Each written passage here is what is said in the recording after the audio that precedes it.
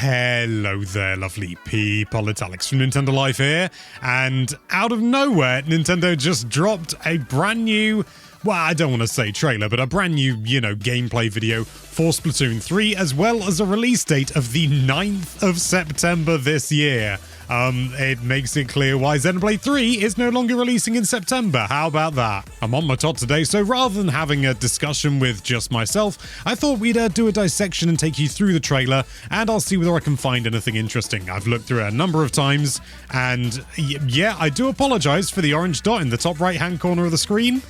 I can't get rid of it. Thanks, macOS. But let's not worry about that now. Let's start. So it's loading, obviously, for goodness sake. There's nothing to say here. So this is new, obviously. There's like sort of tags, sort of backgrounds and things like that around everyone's name, including like a little sort of a tagline or something, like a title, for lack of a better term, as well as a number. What those numbers mean, I have no idea, and I don't think we're going to find out anytime soon. But fingers crossed we do. So this is Turf War. Obviously, we've got the new start with the coffee machines or the espresso machines. Although, is that technically espresso? Controversial issue. But as you can see here, as we've seen before, they launch onto the area. So it does not appear as though there's a standard spawn point anymore. Maybe there is. I was kind of hoping we'd get to see it, but as far as I can tell, we don't. However, I'm going to be keeping an eye out whilst recording this, just on the off chance. So we can see here, this team, we don't actually get to see the Slosher properly in action from the Slosher's perspective, but we've got the Slosher, we've got the Octo Brush, we've got the Splatter Shot, and we've got the new bow weapon on the yellow team, and we still don't know the name of it. Pretty standard to begin with. You can see there's a new special in the top right. We'll get a better look at that later. 52 gal on this side, as well as a Splatter Shot Pro, Splat Roller, and Splat Charger. Pretty standard stuff. So nothing majorly new here, except for obviously this level is new. This stage, this is, in fact, it actually had it listed, didn't it? Where is it? It's Eel Tail Alley. It's Eel Tail Alley. So that's what this is called. We'll get to see a couple of new interesting things here. Nothing major yet. It's just standard sort of Turf War. Feels a tiny bit slow to me, but then again, towards the end, I was playing with very, very skilled players when it came to Splatoon 2. This is new, though. This is of minor interest. This appears to be some sort of replacement or alternative, I suppose. We don't know for certain, for the point tracker, because as you can see, it gets thrown bang like that. It appears to be almost hit scan. Let's have a look at it frame by frame just to see whether we can see any travel. I think there is, yeah, there is some, so it's not hit scan, but it is very fast, faster than most things in Splatoon and Splatoon 2. And it seems to tag the opponent. They get that very typical thing, that little sort of icon around them to show, hey, they've been tagged. And it also seems to sort of continue to show the trail. So the tagger also gets tagged to a lesser degree. We don't know whether that trail will stay there or whether it'll follow the thrower. I imagine it'll stay there, but we just don't know. But we get to see one of these new special weapons. I think this is the Trizooka, which is a little bit like the Inkzooka, but not exactly the same. And they get a good couple of splats on there. Pretty standard, but interesting. It just seems to be a bit like the Inkzooka, but not as vertical, which, to be honest, is no bad thing. That thing could be killer. We see another one here. This is the, I believe this is called the Big Bubbler.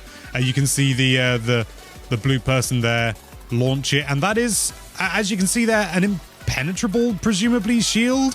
We don't know if it's impenetrable, but you can see. You can shoot out of it, but you can't shoot into it. Or maybe, more likely, it's tied to the color that it is. So, in this instance, blue ink can go through, but yellow ink can't. That's good fun. We see a little bit of the splat roller there, and that's about as much as we see. And we just need to see what's coming up next. Ah, yes. There's a little interesting thing here. We can see, in fact, let's skip forward a bit. Here we go. Now, this is a new special. I don't believe this has a name yet. It hasn't been revealed before this point. But as you can see, let's go back and forth. So we go back here. As you watch, you can see it's essentially sucking up the shots of the opponents and then fires it back out. And in fact, there appears to be a secondary explosion there, which for some reason I didn't notice before. Okay, so there's a bit of a delay there. There seems to be an initial hit and then an explosion. It's going to be interesting to see how that works when it comes out. And we get to see, this is the bow weapon. As far as I know, this is unnamed. I imagine it's going to be like the splat bow or something. They get killed. But one thing we do get to see, if we go back a bit, is you see how the shots get fired. And then if we go through frame by frame, you can see that the shots land and they're just there on the ground still.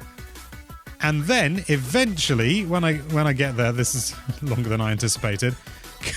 Come on now. There we go. They explode. So they have an area of effect sort of splash zone as well, which is interesting.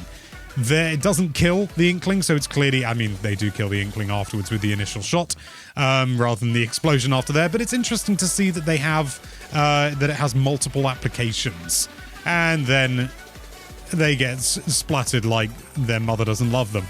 Now we get to see another interesting new thing here. This is something they've revealed before. This is the Zip Caster, so it's another special.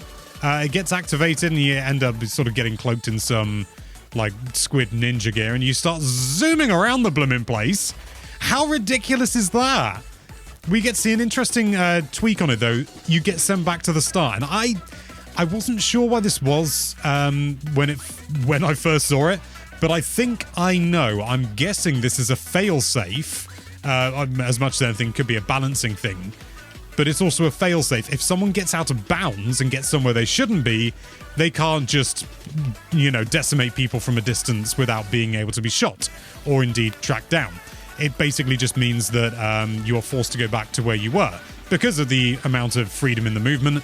That makes sense. I don't know whether it's necessarily going to diminish the fun a bit, but we'll see. Get to see another one now. This is the crab tank. I mean, I'm second guessing myself now as to whether that's actually what it's called, because that just sounds really generic. Although I believe we can see, yes, the crab tank has 2 firing modes, it looks like. We can see a sort of a rapid fire when it first appears, and then something more powerful then. It doesn't look like the more powerful shot is actually what kills the Inkling. No, it appears the more powerful shot comes afterwards. But it's going to be interesting to see how that functions. It's not clear to me how it functions yet, but we'll see, won't we? Let's zip through. There's not a great deal. Aha, here we go. Now this is an evolution of the killer whale. This is the killer whale 5.1, which is just such a fantastic name for it. Anyone who doesn't know, it's a surround sound pun. Is it even really a pun? It's a play on terms anyway. We also get to see this. I don't know if this has been revealed. This looks a little bit like, what was it, the Ink Strike? It's been so long since I played Splatoon 1, but it looks a little bit like the Ink Strike. But sort of three more sort of little Ink Strikes. And as you can see there, even the back looks a bit Ink Strike. And you set beacons down, and then they land there. I think that's really cool. It's a really nice sort of easy way of getting the Ink Strike that we had in Splatoon 1, but without needing the map, which they could have done in like Splatoon 2, but they didn't for whatever reason. So that is what it is. And we do get to see more Slosher than I thought. More bow stuff. I don't think we see much, although we do see that it appears that big bubbler may be destructible. We don't actually get to see it, unfortunately. Let's go back a bit, but we do see that there's a sort of an impact there. Maybe it's taking damage. It's really hard to tell right now. We see the bow charging up and firing shots. Those explosions don't do much damage at all, but I'm guessing maybe it's a balancing thing to give them a little bit more oomph in sort of not have to be quite so accurate. I don't think there's anything to speak of just here. Have I? Oh no, there it is. There it is. This is where I first saw this. So when you leap out of the ink now, it appears you're just a little bit more mobile. Not by much, but if you watch the blue chap here in the front, do you see how the sort of the leaping out of the ink is just a little bit smoother and can go straight back in? Before there was a sort of a sense of inertia with the movement, and it was okay. It was something you had to take into account. But this and there, it's even more pronounced there. So you see jump out and you carry that movement forward. You don't slow down in the air as much. And that is a big thing for me, because that was something that I was never mad keen on, but I understood why it was. We get to see more of the zip caster here, and we see the same thing as before. That gets slammed back. Only a few seconds left. Here we see that's more of the Killer Whale 5.1 and more of that suction thing. I'm going to call it the Ink Hoover. Brand names.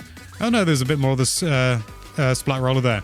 And that is it. That is as much as I can garner. I'm going to quickly see. I tell you what, I'm going to stop the video for a moment, and I'm going to see whether I can find anything else to do with like the spawn point, because I'm certain I can find something. Okay, I have actually found something. It is by no means obvious, but if you look just in the back around about here, you can see a blob coming down, and it gets obscured by that. But we see a blob coming down that eventually turns into an inkling. So that blob is clearly an inkling. And then we see a second one as well. So it looks like the respawn is going to be the same as when you first start. You're going to sort of shoot down onto your sort of designated platform, which means that, I mean, that's a huge thing, because, you know, sort of spawn camping was a very irritating thing about Splatoon and Splatoon 2. It didn't happen super often. You had to be losing really hard for it to happen. But if you did, it just made the whole thing not a lot of fun. And it looks like this is going to counteract that. It also stops people from being able to camp within their spawn that did leave them invulnerable in previous games. So that's an interesting twist. We'll see how that occurs, how that sort of pans out. We'll get there's I just noticed there's things flying away. I think they're just pigeons. So then we get onto the score thing here, and anyone who's played there's this little thing. Little Judd's got longer fur ever so slightly. He's looking a little bit shaggy, and Judd himself has more sort of stray hairs. I think that's just a design thing. I think little Judd's getting old though. Bless him. He doesn't win though. Normal Judd does. We see all these stickers at the top. I think that's purely just a visual thing.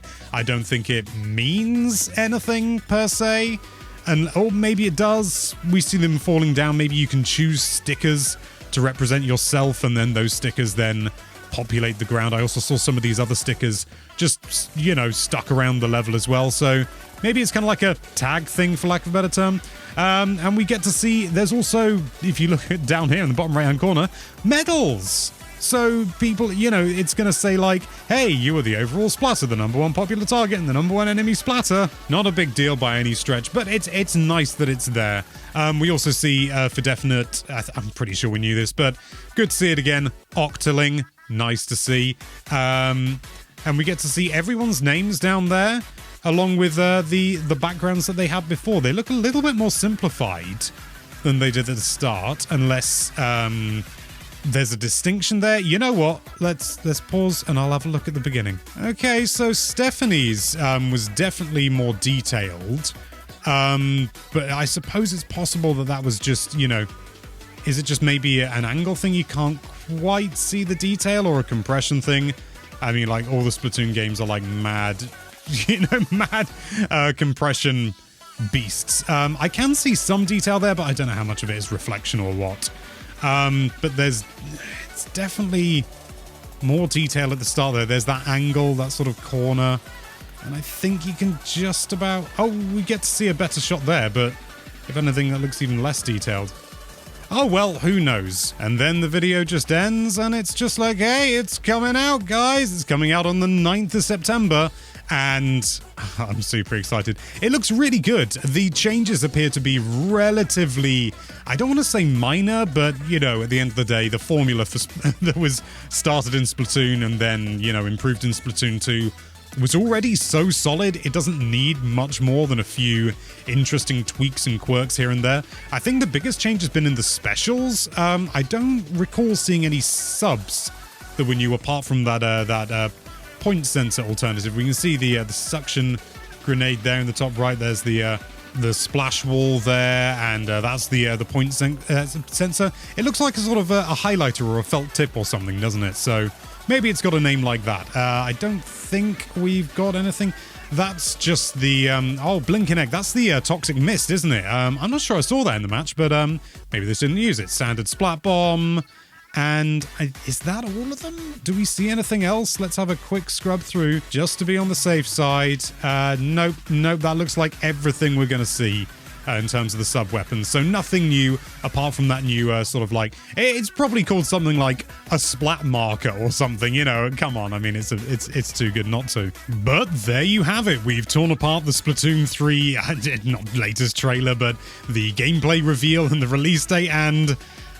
I'm just so excited. I'm so excited now. It's been ages since I picked up Splatoon 2, and I'm just so thrilled to be able to get back into it. I mean, I know I can do that at any time with Splatoon 2, but Splatoon 3, it's a new bloody Splatoon game. How could I not be excited? This is like the first major series that really kicked off my career.